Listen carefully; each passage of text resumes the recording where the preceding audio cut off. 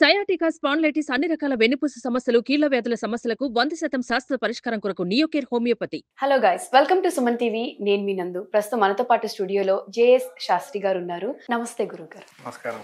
గురుగారు, అసలు మీ మాటల్లో పూరి జగన్నాథ్ టెంపుల్ విశిష్టత ఏంటి? శ్రీ గురుభ్యో నమః. శ్రీ మహాగణాధిపతయ నమః. శ్రీ మహాసరస్వత్యై నమః. ఓం శ్రీమాత్రే నమః. వసుదేవసుతం దేవం కంసచారుణమర్ధనం దేవకీ పరమానందం కృష్ణం వందే జగద్గురుం. పరమాత్ముడు యొక్క స్వరూపమే జగన్నాథుడు, అదే శ్రీకృష్ణ స్వరూపమే జగన్నాథుడు. శ్రీకృష్ణ లీలామృతం అనేకమైనటువంటి ఉన్నాయి. భాగవతం తీసుకుంటే అనేకమైన లీలలు ఉంటాయి, కృష్ణుడి లీలలు. మరి ఈ పూరి జగన్నాథుడి యొక్క స్వరూపాన్ని తీసుకున్నట్లయితే మనకు ప్రతి యుగంలో స్వామివారు ఏ రూపంలో ప్రకటితమవుతున్నాడో ఆ రూపాలు, ఆ క్షేత్రాల్లో స్వామి విరాజిస్తూ ఉన్నాడు. అందులోని క్షేత్రం ప్రధాన పట్టణమే పూరి జగన్నాథుడు.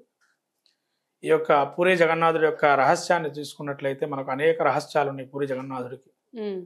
ఏ క్షేత్రంలో లేకుండా ప్రత్యేకంగా ఈ క్షేత్రంలో మధ్యాహ్న వేళ కల్లా 54 వంటలతోని స్వామికి నివేదన చేయటం. తర్వాత ఎక్కడా కూడా స్వయం ప్రకటితమైన స్వామి స్వరూపాన్ని ఊరేగింపుగా తీసుకెళ్ళటం. ఎక్కడైనా ఉత్సవ విగ్రహాలు తీసుకెళ్తారు, కానీ ఇక్కడ మాత్రం స్వయం ప్రకటితంగా స్వామివారి విగ్రహాలు తీసుకెళ్ళి అక్కడ ఊరేగింపు అనేది జరుగుతుంది, రథయాత్ర అనేది. ఆ రథయాత్రలో విశేషమైన ఘట్టాలు కూడా ఉన్నాయి. స్వామికి జ్వరం రావటం అనేటువంటిది. నిజంగా జ్వరం అనేది వస్తుంది అక్కడ ఏంటంటేనండి, ఈ పూరి క్షేత్రంలో విశేషం ఏంటంటే చార్ధామ్ యాత్రలో ప్రధానంగా మనం చెప్పుకుంటున్నాం గంగోత్రి, యమునోత్రి, బద్రి, కేదారం అని చెప్పి. కానీ అసలు చార్ధామ్ యాత్ర, విష్ణుమూర్తి చార్ధామ్ యాత్రలు ఇవి కావు. అసలైన యాత్రలు పూరి, రామేశ్వరం, ద్వారక, బద్రీనాథ్. ఇది ప్రముఖమైనటువంటి చార్ధామ్ యాత్రలో విశేషంగా చేసేవి. మీకు దివ్య దేశాల్లో కూడా ఈ యొక్క స్వరూపాలు ఉంటాయి, కనబడతాయి మీకు 108 దివ్య దేశాల్లో కూడా వైష్ణవ సాంప్రదాయం. కాబట్టి చార్ధామ్ యాత్ర అంటే అందరూ ఏమనుకుంటారంటే గంగోత్రి, యమునోత్రి, బద్రి, కేదార్ ఆ ప్రాంతానికి అది చార్ధామ్ యాత్ర. మన ఇక్కడ ప్రాంతాన్ని మనం ఇబ్బంది పెట్టద్దు, ఆ ప్రాంతానికి అవి చార్ధామ్ యాత్ర వీళ్ళ. ఎందుకంటే అన్ని కొండల్లో ఉంటాయి కాబట్టి. అందుకనే అది ఉత్తరాఖండ్కి దేవుడు నడయాడిన భూమి అని పేరు. కాబట్టి ఇటువంటి మనం సంఘటనలు తీసుకున్నట్లయితే కృష్ణుడు ఎక్కడో నార్త్లో పరిపాలన చేసేవాడు, మధుర, ద్వారక. అటువంటి వాడు కేరళకు వచ్చాడు గురువాయూర్ స్వరూపంలో. ఎందుకు వచ్చాడు? దక్షిణ ప్రాంతానికి, ప్రతి ప్రాంతాన్ని చుట్టాడు కృష్ణుడు. ఎందుకు అంటే రాజ్యపాలన ఏ విధంగా చేయాలి, తన రాజ్యాన్ని. రకరకాలైన రాజ్యాలు ఉన్నాయి, దీని మీద ఆయన స్వయంగా వెళ్ళి ఆ రాజ్యాల్లో ఎట్లా పరిపాలన చేస్తున్నారు, అక్కడ రహస్యాలు ఏంటి అనేది తెలుసుకునే యొక్క స్వరూపంలో ఒక్కొక్క లీలామృతాన్ని స్వామి కురిపించాడు ప్రతి ప్రదేశంలో కూడా. అటువంటిదే పూరి జగన్నాథుడు ఒకటి. ఎక్కడా మీకు కనబడదండి. ఇద్దరు అన్నదమ్ముల మధ్య ఒక చెల్లెలు. ఈ క్షేత్రంలోనే అన్నదమ్ములు, ఒక చెల్లెలు ఒక రూపంలో కనబడతాయి మనకి. ఏ క్షేత్రంలో కూడా లేవు. ఎక్కడైనా ఫ్యామిలీ పరంగా మనం శివ పరివారం చూసుంటాం, లేదా విష్ణుమూర్తికి పరివారంగా చూసుంటాం, కానీ ఎక్కడ విష్ణుమూర్తి ఈ విధంగా ఆరాధన విరాలుతున్న క్షేత్రం పూరి జగన్నాథుడు. అట్లానే జగన్నాథ స్వరూపాన్ని చూసుకున్నట్లయితే జగత్తునంతా కూడా మనకు ఒక నాటకం అనేది చెప్తున్నాను. అందుకే జగన్నాటకం అని అంటూ ఉంటాం మనం. నానుడు ఉంది. జగన్నాటకం అంటే ఏంటంటే స్వామికి అన్ని విషయాలు తెలుసు, కానీ ఎందుకు ఆ నాటకం ఆడిస్తూ ఉంటాడు అంటే అందరికీ కావాల్సింది ఏంటంటే దైవ కృప అనుగ్రహం ఉండాలి. అది కురిపించేటువంటి క్షేత్రము ఈ యొక్క పూరి క్షేత్రం. పూరిలో మనకు 72 గుళ్ళు వరకు ఉన్నాయి. దాదాపు 72 గుళ్ళు శంకు ఆకారంలో ఉంటుంది పూరి పట్టణం అంతా కూడా. 72 గుళ్ళతో సమూహంతో ఉంటుంది. ఇటువంటి సమూహాన్ని ఎక్కడ, అది శంకు ఆకారంలో ఉండడానికి కూడా విశేషం చూడండి. ఎక్కడైనా కూడా విష్ణుమూర్తి స్వయంగా కర్మభూమి. అందుకే భారతదేశం ఎందుకు పేరు వచ్చిందనంటే శంకుని ఆరాధన ఎట్లా చేయాలి అనంటే దక్షిణానికి వృత్త శంఖం అంటే దక్షిణావృత శంఖం పేరునే ఉంటారు మీరు. ఈ విధంగా దక్షిణావృత శంఖాన్ని తీసుకున్నట్లయితే మీరు దక్షిణ వృత్తాకారంలో ఉండేటువంటి ఇక్కడ ఉంటుంది, దక్షిణ ప్రాంతంలో ఉంటుంది. దాని వృత్తము కింది భాగానికి నీళ్లు కిందికి పోతూ ఉంటాయి. అంటే ఆ వృత్తం అంతా ఎక్కడికి వాలుగా ఉంటుంది, ఈశాన్య ప్రదేశానికి ఉంటుంది. ఇటువంటి ఈశాన్య ప్రదేశానికి వృత్తాకారంలో ఉండటం వల్ల శంకు తూర్పు వైపులో ఉంది మనకి. ఇంకా తూర్పు వైపు ప్రాంతం పూరి జగన్నాథుడు. కాబట్టి మనకు ఈ యొక్క ప్రాంతంలో అయోధ్య, మధుర, మాయా, కాశీ, కాంచి, అవంతిక, పురి, ద్వారక, సప్తైతే మోక్షదాయక అన్నారు. అంటే మోక్షపురి క్షేత్రాల్లో పూరి జగన్నాథుడు కూడా ఒక క్షేత్రం. మోక్షం ఇచ్చే ప్రాంతాల్లో పూరి జగన్నాథుడు కూడా ఉన్నాడు. అంటే మనకు మోక్ష ప్రాంతాలు చాలా ఉన్నాయి, ఇంకా ఇవి కాకుండా వేరే క్షేత్రాల పితృయజ్ఞాలు చేయడానికి, కానీ మోక్షం ప్రసాదించడానికి పూరి జగన్నాథుడు కూడా పెట్టారు. ఇక్కడ ఉండే విశేషం ఏంటంటే మీరు అన్నారు ఇంకా ఎటువంటి రహస్యాలు ఉన్నాయి ఇక్కడ అంటే, ప్రతి దేవాలయం ప్రాచీన దేవస్థానాల్లోకి వెళ్తే మనకు ప్రతి దగ్గర కూడా ఈ యొక్క గుప్త నిధులు అని దాచిపెడుతుండేవాడు అప్పట్లో, స్వామివారి కైంకర్యానికి ఇచ్చేటువంటి నిధుల్ని.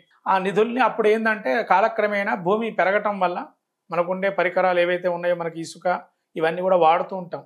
ఎప్పటికప్పుడు యుగం పెరుగుతున్నా కొద్దీ మనకి ఇప్పుడు ఆ మట్టి, ఆ పెళ్ళలు అవన్నీ కూడా పెరుగుతూ ఉంటాయి. అంటే అప్పుడేమో అధపాతాళానికి పోతాయి, నిధులన్నీ కూడా ఒక గదిలాగా మారుతుంటాయి. అలానే నిధులుగా ఉండి దానికి అనేకమైనటువంటి రక్షణా కవచాలుగా పెడతాడు. సాక్షాత్తు జగన్నాథుడు రక్షించుకుంటున్నాడు తన సంపదని, దాని జోలికి ఎవరు వెళ్ళకూడదు కూడా. అంటే ఇప్పుడు కాలంలో అందరు ఈ సంపాదన ఉంటే కనుక ఇంకా దేవుణ్ణి గణనీయంగా చేసుకోవచ్చు అనే ఒక సాంప్రదాయం కూడా ఉంది.